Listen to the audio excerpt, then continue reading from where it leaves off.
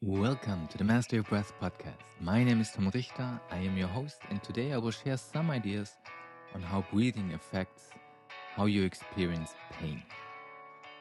Before I start with this topic, I want to shortly thank everybody who provided feedback with me about this podcast. As you know, it's still a very young podcast, and I definitely had to convince myself to start it.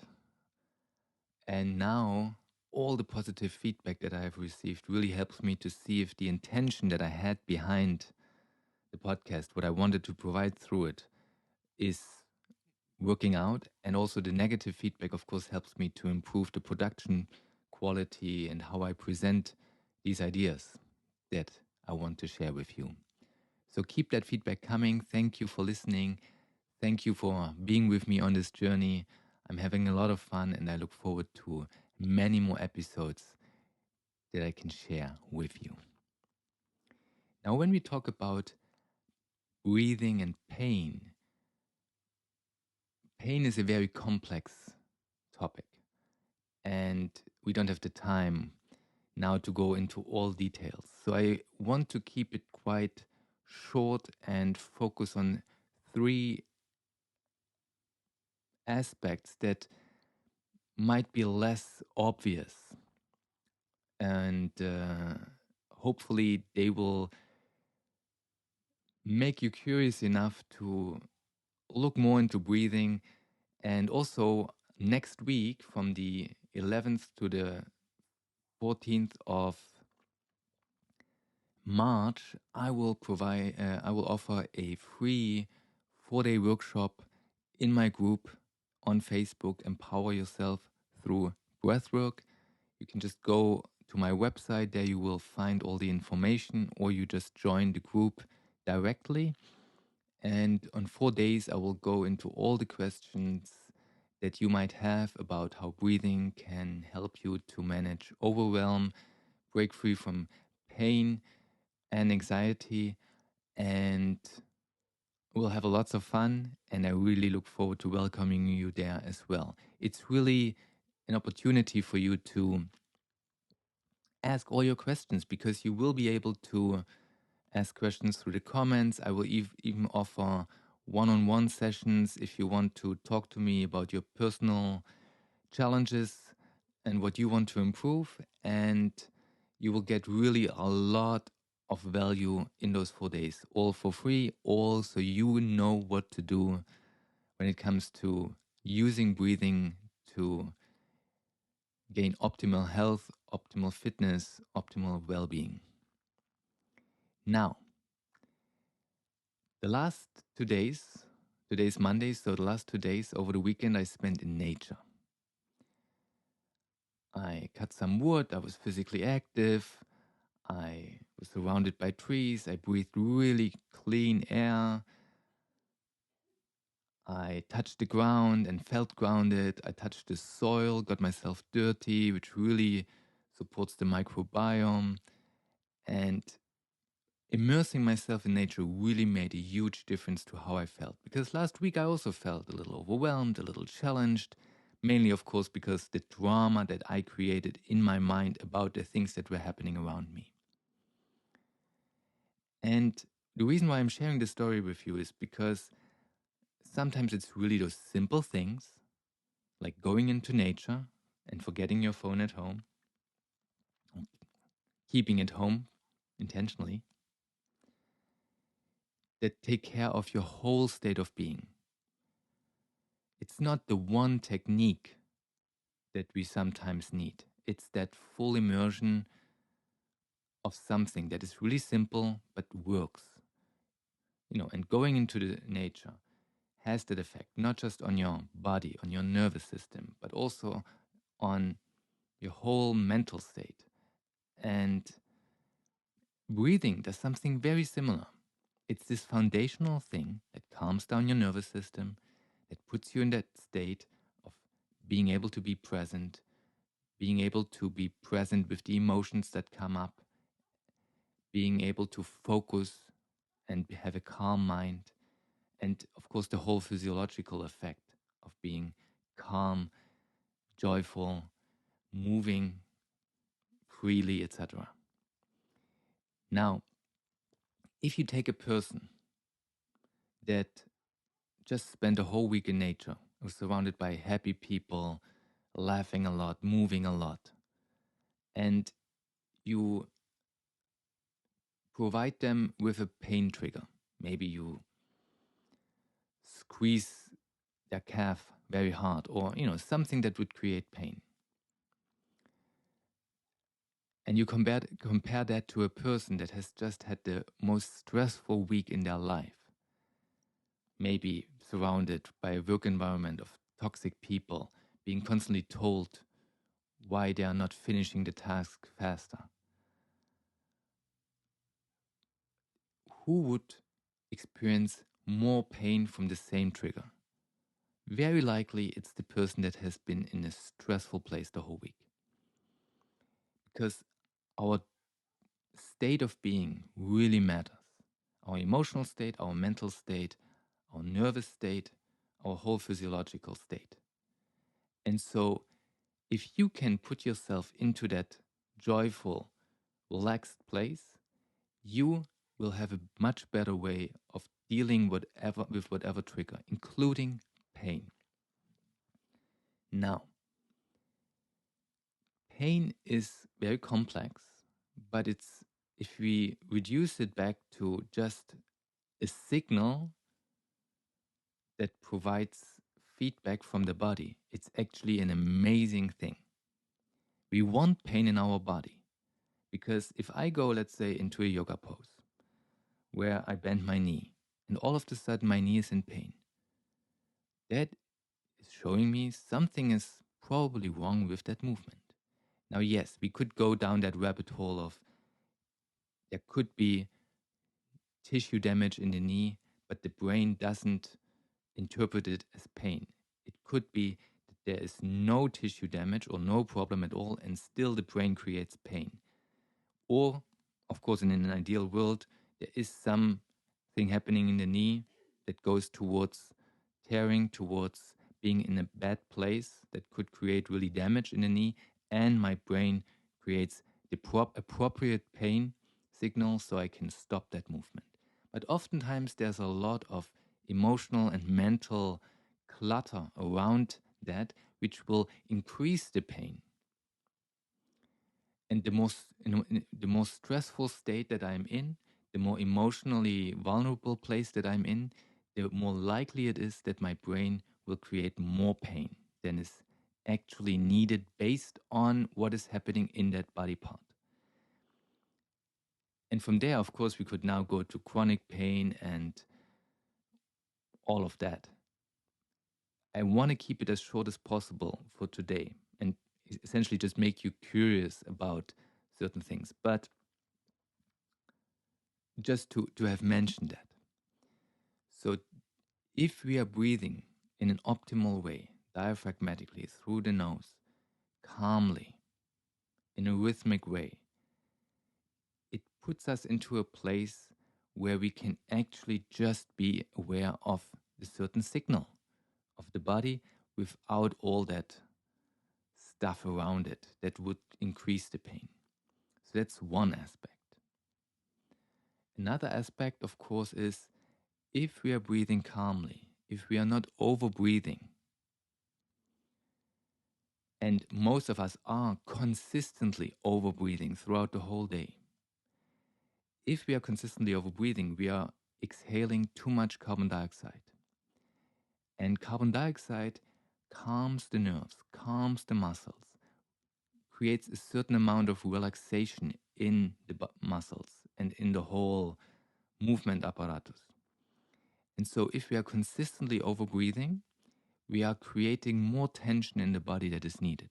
And the more tense the body, the more likely it is that we actually will create too much tension, which might inhibit certain movements, and that can create compression or stretch, which will then eventually be possible to be pain. Meaning too much stretch becomes pain, too much compression becomes pain. But also just to mention at this point, this is also something that you can develop. instead of just thinking, oh, this is painful, I have to stop, become more aware what is actually happening. So I tell that to my yoga students when they go into half lotus, let's say, and they say, well, I cannot do half lotus because it's painful. I'm saying that's very good. I mean, there's other people who say it's painful, but I'm still doing it because I want to do the pose. That is also not a good way to deal with it. But let's say they say, I am having pain in lotus. I don't want to do it. Now I could say to them, let's see if we can go in together, and you stop just when you feel the pain starting. So now we have not just said straight leg good. The moment I start bending my leg to lotus, I'm going to lotus. Lotus is bad. I now am starting to bend, and maybe they can go 90% of the way before they even feel something. Now we can see how they close the knee to go into a lotus position, and if they can change something about their microalignment. But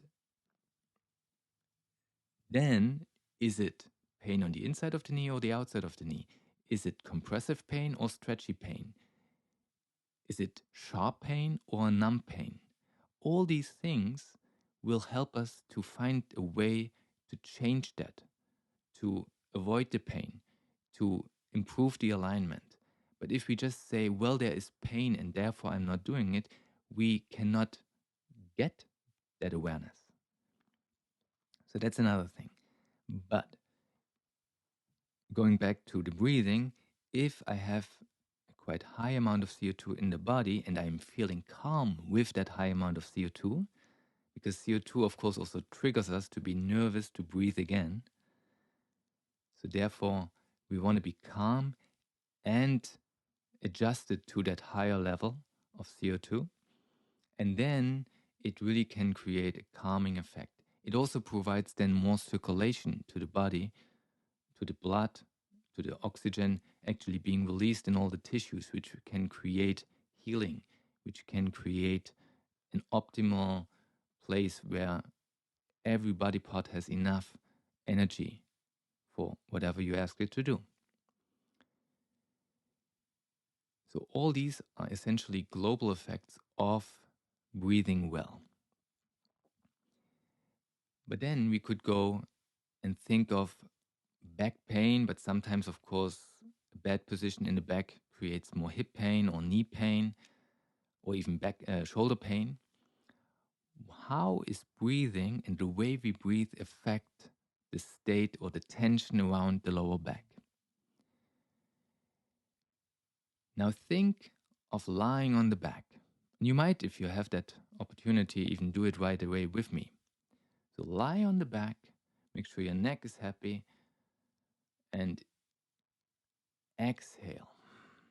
Now inhale. And now as you exhale, push the air out with your abdominal muscles.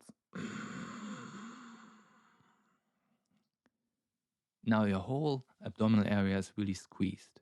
Then you inhale again, which means you have to relax that tension. And then again, you exhale all the way, pushing the air out actively. Now go into a half sit-up and try to inhale. And exhale, come back down. You probably felt that if you keep those exhalation muscles really active as you come into an active pose like a half sit-up, and then you want to inhale, it's almost impossible. You will definitely breathe very much into the chest, using chest muscles to open up the lungs a little bit, and you will likely feel that your diaphragm is quite inhibited, not feeling free to draw down and create a normal, calm inhalation. So exhalation muscles are not good to provide core stability. However, a lot of us do that habitually and without being aware of it, that we use those exhalation muscles, those obliques, part of the transverse abdominis, to stabilize the core, to keep the belly in, to look slim.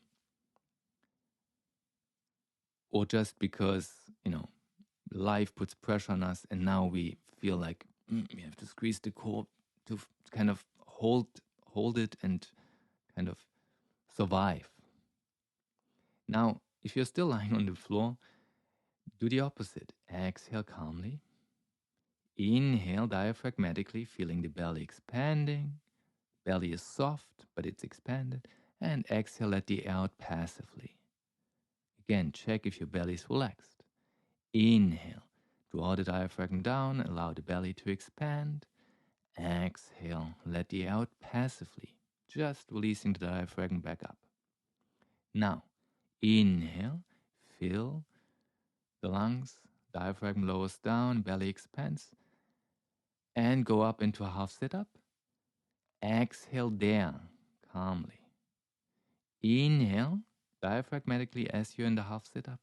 Exhale, let the air out passively and come back down. And so if you first make sure that you are inhaling diaphragmatically and then come up and then exhale passively, then you are using your rectus abdominis to go into that half sit-up. You don't have to think about it. It just naturally engages. But your diaphragm is still fully able to move. So the core stabilizes naturally in that case. The diaphragm can still breathe calmly. The exhalation can still be passive, even though we are in a half sit-up, even though we are in a position where the core is active. If we learn how to move through that natural engagement of the core while still being able to breathe calmly, we can do something that is demanding, let's say certain yoga poses, but we can keep the CO2 high because we are not over breathing. We can keep the diaphragm moving naturally. We don't have to over engage those muscles in the shoulders and neck to force the breath. Our mind stays calm. But also, and now adding to that, if I squeeze the exhalation muscles to stabilize the core, I will also engage the back muscles around my lower back, around my lumbar spine. And this engagement will make the lower back move less freely. Therefore, other parts of the body will have to move more to compensate, maybe move in a way that they are not supposed to move. And that will create less than optimal movement patterns. If I do that habitually, that might eventually create pain in the lower back, pain in the hips, pain in the knee, etc. But then also, and that's now the third aspect, we had the global effects of how breathing affects your whole state. We now had those bad breathing patterns and how they are affecting the posture, specifically the lower back, the core stability, and how that can reflect on how you over-engage or less than optimally engage shoulders, legs, etc. But then lastly, if we are thinking about pain, maybe from injury, the more you breathe calmly, diaphragmatically through your nose in an optimal way while moving, while sitting, and all of this, you are creating a much better circulation and softness in the whole body. Again, through the carbon dioxide, which pushes more oxygen into all the tissues, including the brain, so it can stay calm and present, but also through the diaphragmatic breathing, you create this respiratory pump, which again supports the heart, supports the blood flow. And also, all of this is opening the airways and opening the blood vessels to flow much more freely. And again, if you go back to that example at the beginning, a person who has just spent a week in nature versus a person that has just spent the worst stressful week in their life, the tension they're coming in to the room with, to see if they feel pain, will be hugely different. The calmer you are, the more relaxed your body is, the less tension you have, the less likely you will be to actually experience various kinds of pains.